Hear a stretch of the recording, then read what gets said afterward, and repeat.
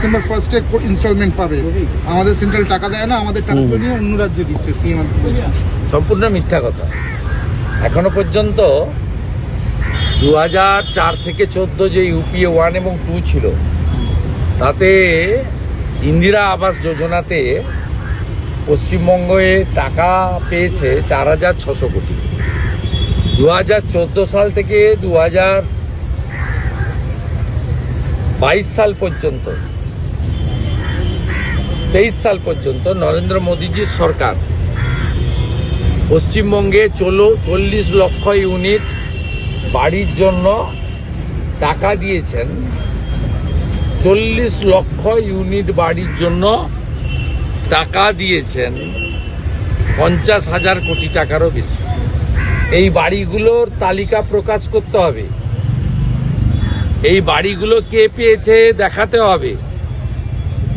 তৃণমূল নেতারা প্রধানমন্ত্রী আবাস যোজনার বাড়ির টাকা লুট করেছেন এবং নিজেদের এক একজনের নামে 3-4টে করে বাড়ি নিয়েছে।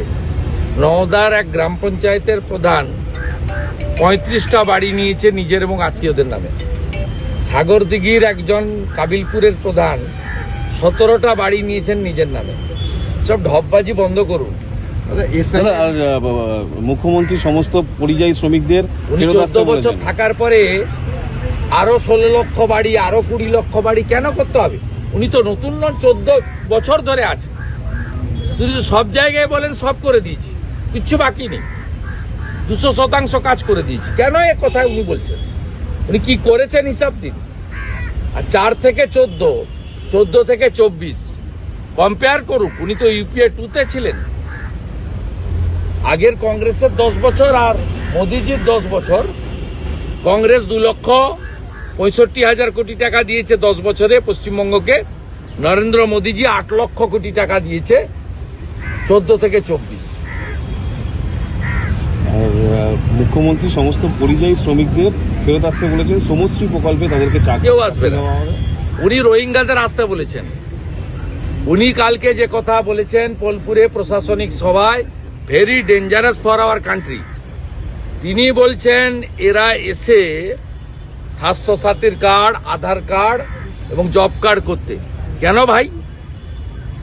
যদি ভারতের নাগরিক হয় তাহলে তো তার পরিবারের আধার কার্ড আছে, তিনি বাইরে কাজ করলেও তার পরিবারের অন্যদের জব কার্ড আছে, তার পরিবারের তো স্বাস্থ্যসাথীর কার্ড থাকা উচিত।